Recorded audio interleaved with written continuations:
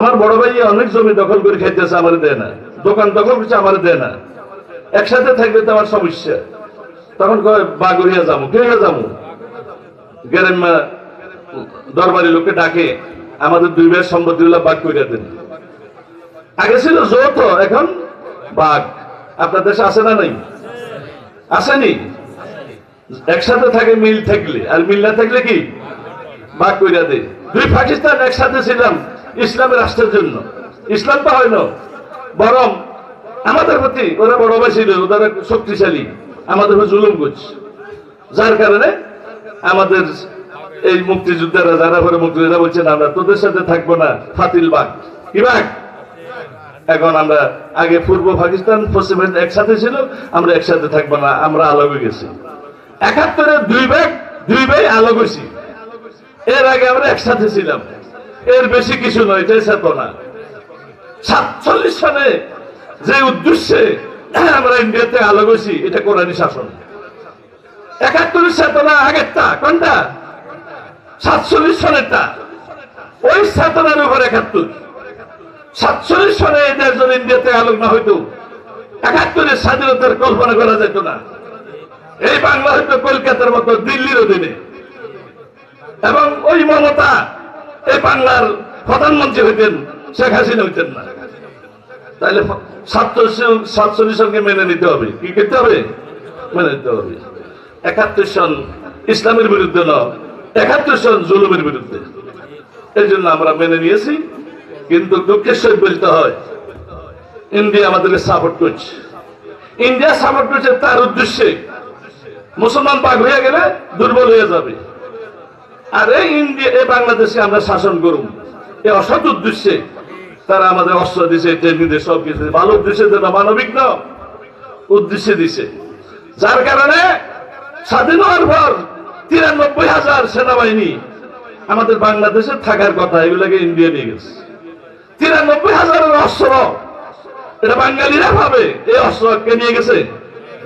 ইন্ডিয়ায়। কে বলবে কথা এগুলা? এরপরে শরণার্থী রেখে যে গাড়িগুলো গেছে খালি, সেই গাড়িগুলো খালি যায় না।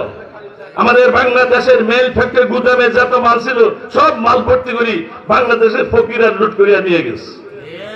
তখন আমরা মৌলবীরা একটু দুর্বল, তখন মুক্তিযোদ্ধার একটি বাহিনী খেপে গেছে, বলছে আমরা পাকিস্তান থেকে স্বাধীন এসে কি ইন্ডিয়ার গোলামি করার জন্য? মুক্তিযোদ্ধার একটা দল আওয়ামী লীগ থেকে বাইরে গেছে, আমরা এটা মেনে নিব না। এরা কোনো রাজাকারও না, জমাতো না, হেফাজত না, এরা হলো মুক্তিযোদ্ধা, আওয়ামী লীগ, ওদের নাম জাসদ। বা আপনারা জানেন এগুলো সব, ওদের নাম কি? আওয়ামী লীগ, মেজর আব্দুল জলিল, আসাম আব্দুল রব এখনো জীবিত আছে, এরা জাসদ। আসাম আব্দুল রবকে বলা হয় শেখ মুজিবের ডাইনেট, সাইফ আলীর এক খলিফা ছাত্র নেতা, ছাত্রলীগের ওই লোক বাইরে গেছে আওয়ামী লীগ থেকে। আপনারা পাকিস্তানকে ইন্ডিয়ার হাতে, বাংলাদেশকে ইন্ডিয়ার হাতে তুলে দিচ্ছেন, এটা আমরা মেনে নিব না।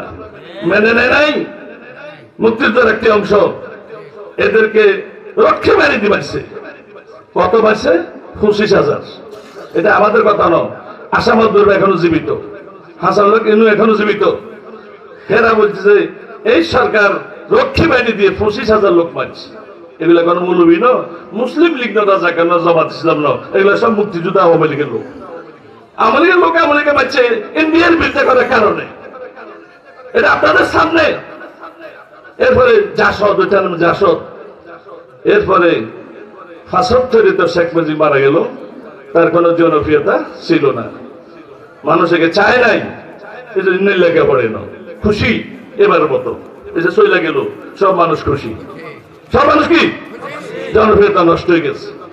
আমি বলি আমাদের শেখ মুজিব পাকিস্তান থেকে তো বাংলাদেশ আইছিল, দিল্লি হইয়া আইস, দিল্লির হাতে বাংলার স্বাধীনতা উঠে দিছে। এরপরে ২৫ বছর গোলামি চুক্তি ছিল। এরপরে এদেশ কোরআনের শাসন ছিল সংবিধানে, এটা পাকিস্তানের অংশ, পূর্ব পাকিস্তান, এটা বাংলাদেশ হয়েছে।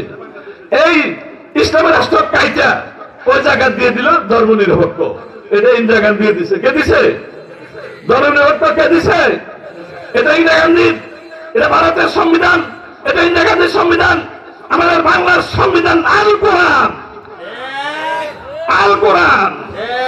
আমরা মুসলমান, আমাদের রাষ্ট্রের আইন হবে আল কোরআন। ঠিক কিনা বলেন? কথা বল না কা? নারায়ে তাকবীর, নারায়ে তাকবীর। আওয়াজ তো আপনাদের, আওয়াজ তো। নারায়ে তাকবীর। এই যুবকরা দাঁড়িয়ে রয়েছো, নারায়ে তাকবীর।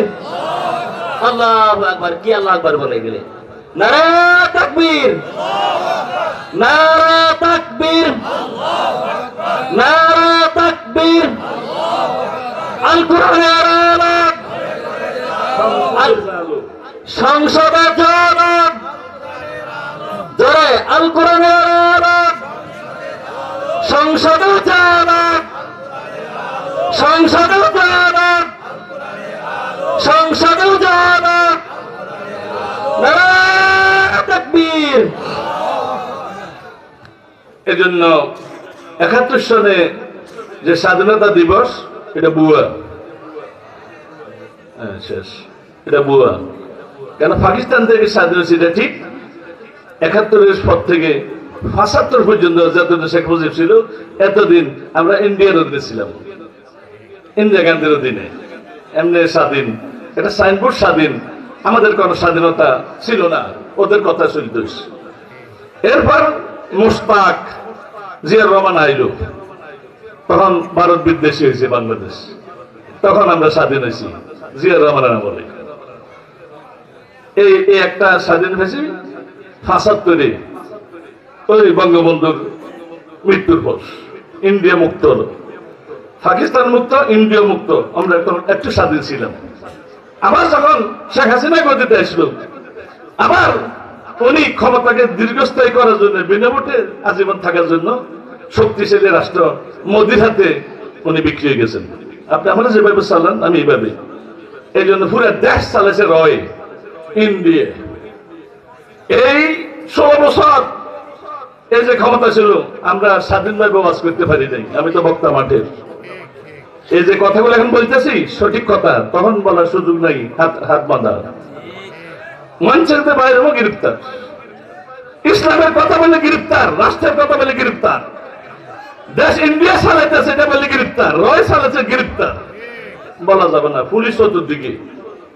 আবার কোন সময় যদি ওয়াজ এসে যায়, সিলিপ একটা দে, হুজুর সুর বদলান, গোয়েন্দা গিজ গিজ করতে আছে, জেলে যেতে যদি মনে চায় এগুলা বলেন, নাইলে ওই নামাজ রোজার কবর কথা গন, কেল কবর, সংসদে কোরআন টোরান এগুলো কইয়েন না, কবর ওয়াজ করেন, কবর সিলিপ দে রয়ের এজেন্টে।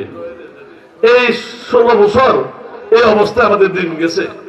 ওয়াজ করতে ডাইনে বামে তাকাই, গ্রেফতার হই কিনা, রাস্তায় তাকাই, গ্রেফতার হই কিনা, ঘরে শুতে গেলে গুম হয় না, গ্রেফতার হয় কিনা।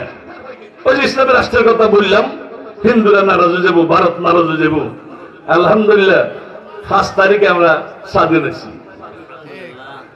ওই ওই ওই ৭৫ সন একবার স্বাধীন হয়েছি, এই শেখের মৃত্যুর পর, এবার হাসিনার পতন পর আবার স্বাধীন হয়েছি। এখন ছাত্র জনতা সন্তান বলতেছে বাংলাদেশ স্বাধীন। আগে স্বাধীনতা বলতেছে না, পরাধীন। ইন্ডিয়ার অধীনে থাকলে কিছু স্বাধীন, আর ইন্ডিয়া সাহায্য করছে, আমাদের লাভের লাই করে না, তার লাভের লাই করছে। বুঝলেন না কথাটা? এটা পরিষ্কার হয়ে গেছে। এই জন্য এই ৫ই আগস্ট আমরা স্বাধীন হয়েছি। এখন যেভাবে স্বাধীনভাবে আমরা বাস করতে পারি, কথা বলতে পারি, আগে পারতাম না। এখন স্বাধীন। এখন আমরা ছাত্র জনতাকে বলবো,